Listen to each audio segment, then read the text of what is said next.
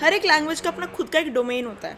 जैसे HTML, CSS, JavaScript ये use होता है फ्रंट एंड के लिए। AI में पाइथन यूज़ होता है। iOS के लिए स्विफ्ट यूज़ होता है। ऐसे ही एंटरप्राइज लेवल पे जावा यूज़ होता है बैक एंड डेवलपमेंट के लिए। अब आप मुझसे पूछोगे कि आने वाले टाइम में धीरे धीरे जावा ख़त्म हो जाएगी क्या, धीरे धीरे जावा का क्रेज़ चला जाएगा, कोई और नई लैंग्वेज आएगी? हो सकता है आ जाए, बट अगर आज के टाइम की बात करें जो अभी जो चल रहा है, अगर आप लिंक्डइन के जॉब सेक्शन पे जाके जावा सर्च करोगे, जितने रिजल्ट आएंगे एंड वो आप किसी से भी कंपेयर कर लो, मर्न स्टैक से, सी शार्प से, पाइथन से, आपको खुद ही डिफरेंस दिख जाएगा। इतनी सारी अपॉर्चुनिटीज़ आज की डेट में जावा के लिए अवेलेबल है। अगर हम फैक्ट्स को देखें तो 35% ऑफ कंपनीज आज भी जावा को यूज़ करती है।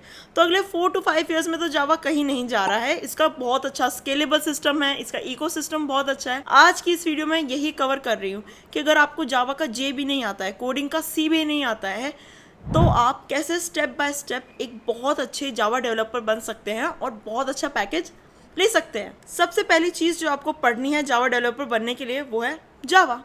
जावा के लिए हमें क्या क्या पढ़ना है, सारा सिंटैक्स पढ़ना है जावा का। If else statement, for loop, while loop, ये जितने भी टाइप के जो सिंटैक्स में जो स्टार्टिंग में हम पढ़ते हैं, स्ट्रिंग्स, एरेज, डेटा वेरिएबल्स कौन कौन से, डिक्शनरी क्या होती है, हैश मैप कैसे वर्क करता है, इनकी इम्प्लीमेंटेशन कैसे होती है, ये सारी चीज़ें हमारा स्टेप नंबर 1 है।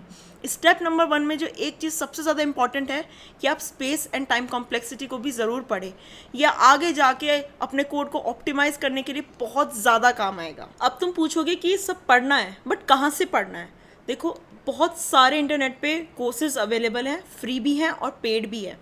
अगर तुम चाहते हो कि तुम रिसोर्सेज ढूंढने में टाइम वेस्ट ना करो, कौन सा प्रोजेक्ट बनाना है उसको ढूंढने में टाइम वेस्ट ना करो, कोई तुम्हें एंड टू एंड पढ़ा दे, तो तुम एक पेड कोर्स रेफर कर सकते हो। अगर मैं कोई कोर्स रिकमेंड करूंगी तो तुम अश्विनी भैया का कोर्स रेफर कर सकते हो। वो बहुत बड़े, one of the best tech influencer है एंड उनका जो कोर्स है जावा का काफ़ी ज़्यादा अफोर्डेबल है। एंड जो लोग अश्विनी भैया की वीडियोज़ देखते हैं उनको पता है कि वो कितनी डिटेल में पढ़ाते हैं, एक एक छोटी चीज़ पे बहुत ज़्यादा ध्यान देते हैं। और ट्रस्ट मी, जब मैंने अपना जावा का प्रोजेक्ट बनाया था, मैंने उनकी वीडियोज़ को रेफर कर करके ही इतने सारे डाउट अपने क्लियर करे थे। मैं तो ये सोचती हूँ कि अगर फ्री में इतनी सारी चीज़ें अवेलेबल है तो पेड कोर्स में अपना प्रॉपर 100% दे देंगे।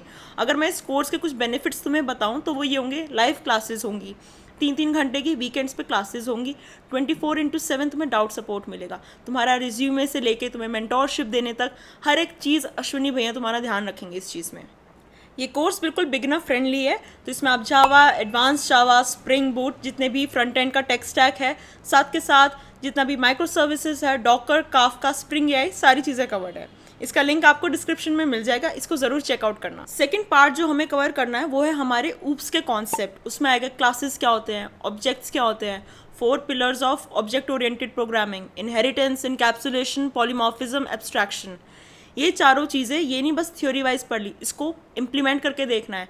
मैंने देखा है काफ़ी बच्चों को, अगर मैं बोलूँ कि कोई कोड में दे दूँ पॉलीमॉर्फिज्म का, वो बता नहीं पाएंगे कि इसमें पॉलीमॉर्फिज्म यूज़ है, क्योंकि उनको थ्योरी वाइज पता है बट उन्होंने कभी उस चीज़ को इम्प्लीमेंट नहीं करा।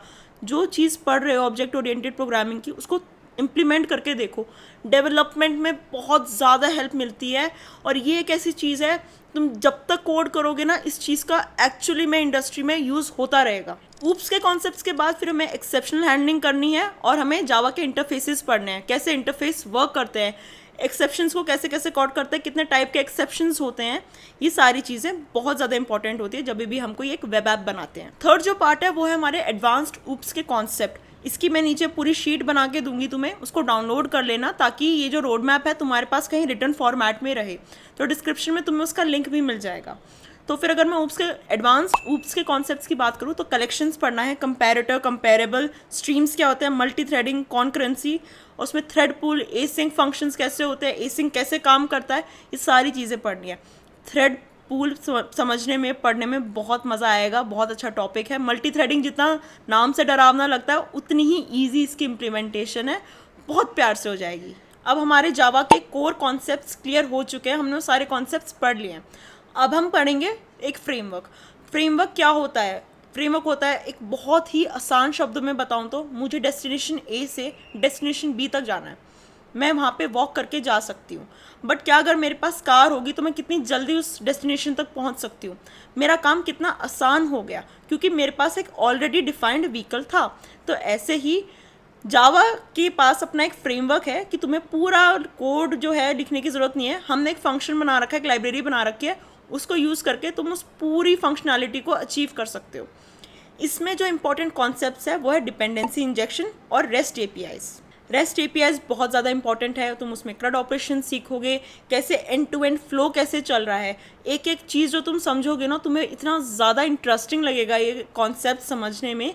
और फिर जब तुम उन एपीआईज को टेस्ट करोगे पोस्टमैन में या फिर अपने किसी भी जिसमें भी तुम एपीआई को टेस्ट करना चाहते हो, स्वैगर में, पोस्टमैन में, जब तुम उनके आउटपुट देखोगे तुम्हें एक अचीवमेंट फील होगी। एंड इतनी चीज़ें अगर तुम कर लोगे ना कि एपीआई तक भी तुमने पढ़ लिया, CRUD ऑपरेशंस आ गए, इसके बाद तुम अपने मिनी प्रोजेक्ट्स बहुत सारे बिल्ड कर सकते हो इसके अराउंड।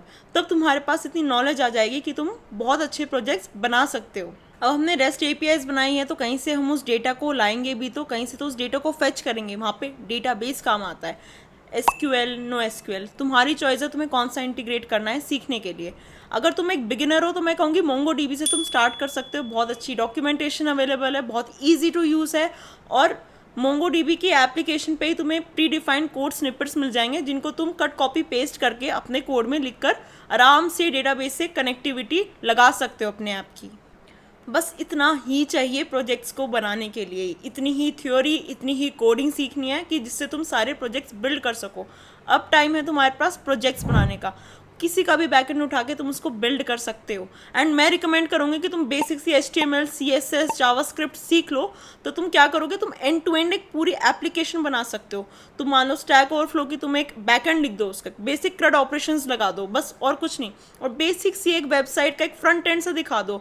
और अगर तुम इस एप्लीकेशन को कहीं पे होस्ट करोगे, जैसे Azure पे करा या AWS पे, तो तुम्हारा रेज्यूमे बहुत ज़्यादा अलग शाइन करेगा।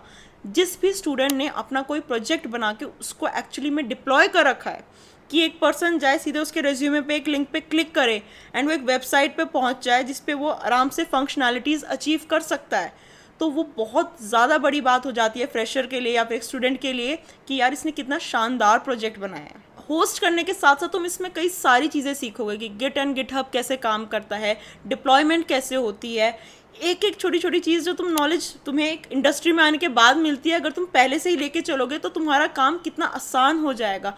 क्यों नहीं कोई कंपनी उस कैंडिडेट को हायर करेगी। इसके अलावा कुछ ऑप्शनल चीज़ें भी हैं जो आप सीख सकते हो, जैसे कि क्यूबरनेटीज़ क्या होता है, डॉकर कंटेनर्स क्या होते हैं, माइक्रो सर्विसेज क्या होती है। ये 4 चीज़ें हैं जो ऑप्शनल है। अगर आप और सीखना चाहते हैं और टाइम है तो आप इन पे इन्वेस्ट ज़रूर करो। इस वीडियो को अब यहीं रैप अप करते हैं। मुझे नीचे कमेंट सेक्शन में ज़रूर बताना कि आपका अभी करंट लर्निंग स्टेज क्या है। आप अभी बिगिनर हो, इंटरमीडिएट लेवल पे हो, या फिर आप एक्सपर्ट हो चुके हो। ये तक बताते हुए जाओ कि अभी आप कौन सी टेक्नोलॉजी सीख रहे हो, कौन सा टेक स्टैक सीख रहे हो, या आपने अगर कोई प्रोजेक्ट बिल्ड करा है तो उसका नीचे लिंक में ज़रूर डालो उसका लिंक। सो गाइस, मैं वेट करूँगी आपके कॉमेंट्स का नीचे। आज की वीडियो में बस इतना ही। Do like, share and subscribe. Bye.